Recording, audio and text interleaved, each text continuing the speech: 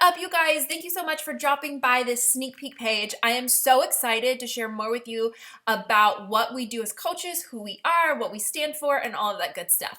My name is Krystal Karmatz. I am the leader and founder of Crew United, and today and over the next few videos, I'm just basically going to be sharing with you more about myself, how I got into Beachbody coaching. I'm going to be sharing the ins and outs of the business. I'm going to be sharing what we actually do as coaches and what we don't do, debunking some misconceptions of coaching, as well as what Crew United stands for and who we're looking for in future coaches and people who join our team. So, like I said, I'm the leader and founder of Crew United, and I just want to share my story so you know who is leading this team and leading you. So my story begins way before Beachbody was even a thought in my mind. Basically, I grew up in a really small town. I was born a statistic. My parents were really young when they had me. My mom was still in high school. I grew up with an alcoholic parent. I grew up with physical abuse, emotional abuse, verbal abuse, and I also had a parent that had multiple affairs.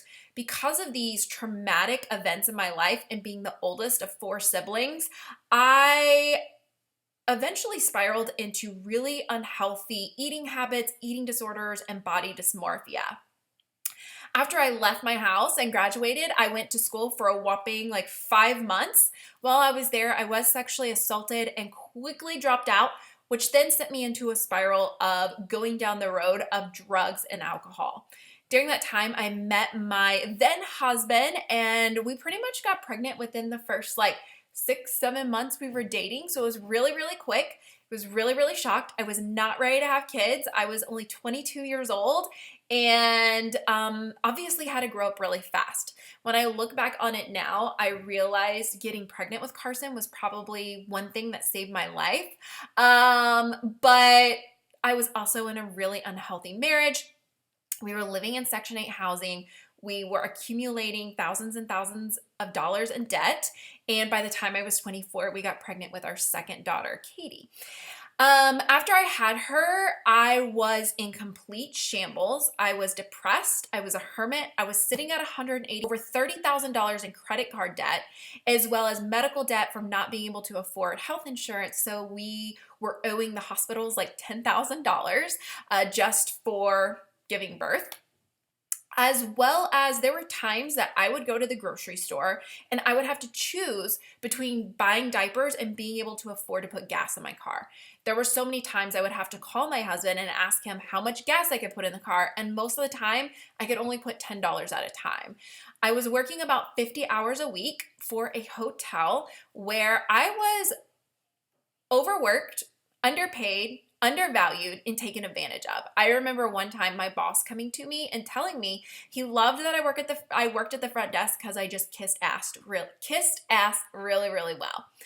If you aren't familiar with that type of industry, people working at the front desk, we take the brunt of everything. So if a hotel room isn't cleaned correctly, or a hair is found in the bed, or something is wrong, we get yelled at, literally. And there came a time when I was working for this hotel where not only was I working at the front desk, but I would also have to go in and recheck rooms. Every single room that was slept in the night before, I would have to go and recheck, and I would have to re-clean, and I would have to do things that weren't in my job description whenever I got hired. So I was miserable where I was working, but I didn't have any other choice. I had to have that job. Like I said, piling debt, living in Section 8 housing. My kids were in the low-income daycare, and obviously I needed a job.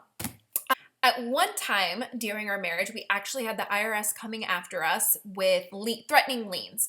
So my life felt like I was in complete chaos. It felt like it was crumbling. I felt like I had no control over anything. My marriage, my relationships, my financial status.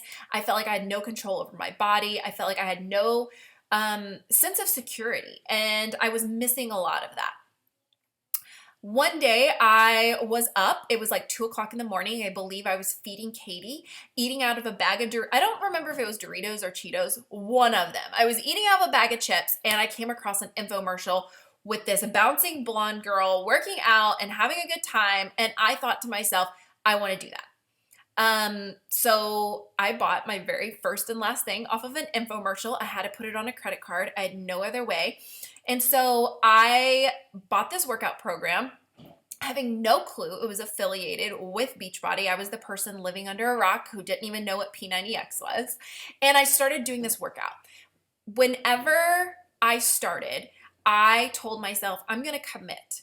I need to feel better about myself and I need to have some sort of control. And this was the only thing I could control in my life. Within the first 2 months, I had lost 25, 30 pounds and I felt phenomenal. While my home life was crumbling, how I was feeling about myself and my body and my self-esteem and my confidence, it was growing. Soon afterwards, I came across my coach who introduced me to Beachbody coaching. And I remember the day that she asked me if I'd ever considered becoming a coach. It was like she asked me via, I think Facebook message, I don't remember. And I remember looking around and being like, who she's talking to. I'm not at my goal weight. I had no business coaching people whenever my private life was falling apart.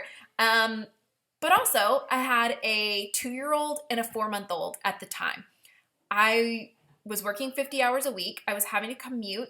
I was working 2 jobs actually. And I had to commute for one of my jobs. And I just felt like there's no way in hell I could coach.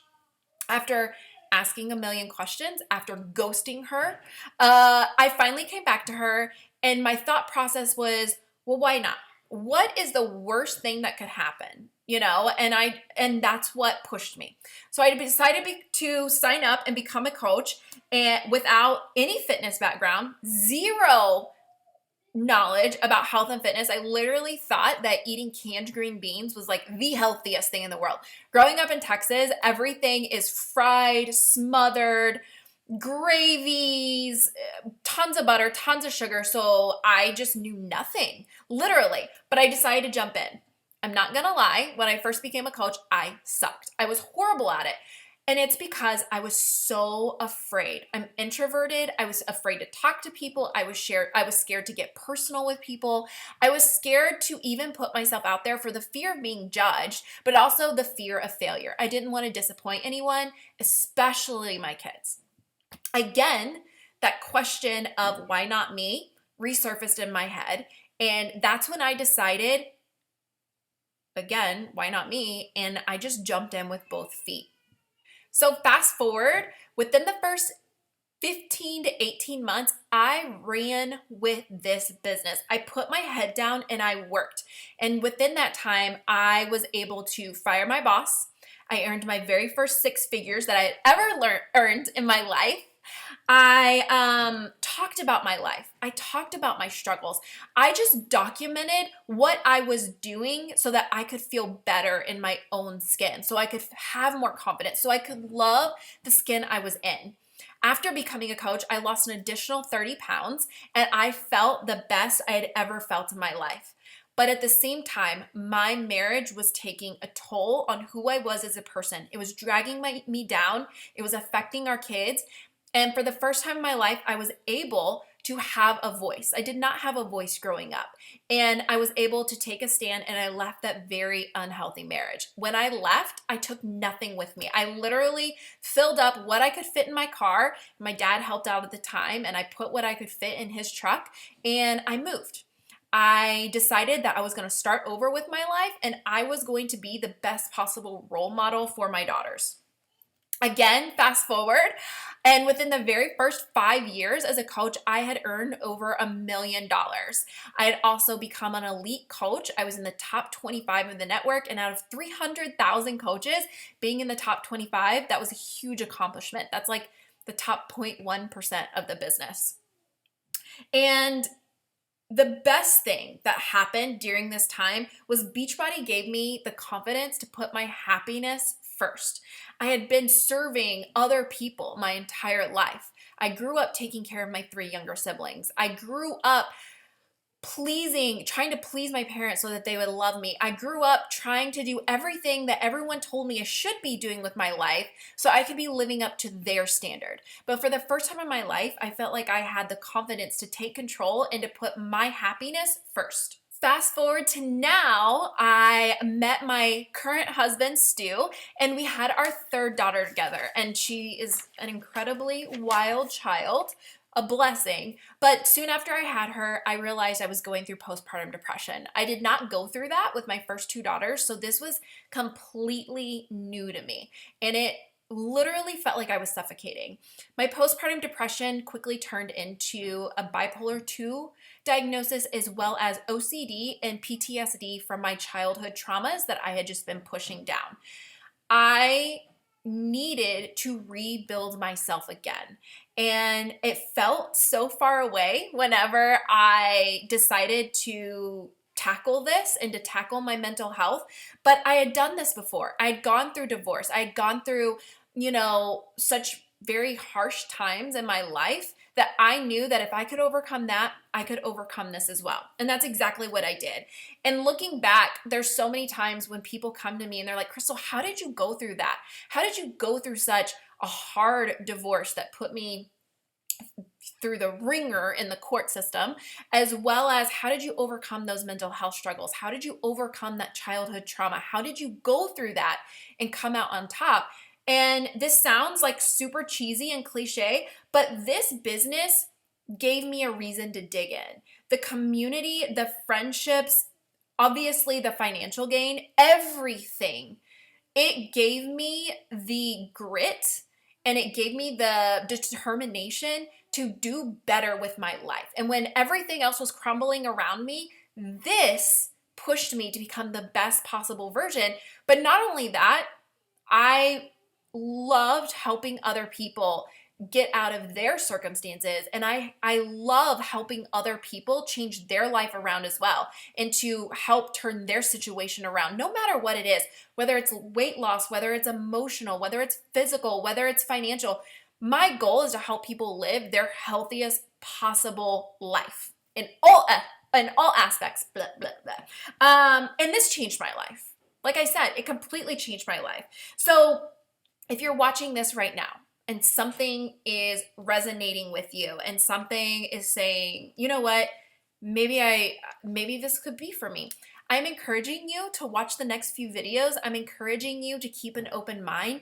I'm encouraging you to realize that this is a business and you do have to work for it. And it's not always rainbows and cupcakes and it's not always easy, but being in the trenches and working and hustling for yourself, there's no better feeling. And if you've gone through school and you've gone through a 4-year degree, you know what it's like to hustle for 4 years and then come out on the other side. And sometimes you're not even rewarded immediately after completing that 4-year degree. Sometimes you're not even getting paid for what you're worth. Sometimes you don't even get a job, with your degree. So I want you to remember whenever you're watching the rest of these videos, I want you to remember my story.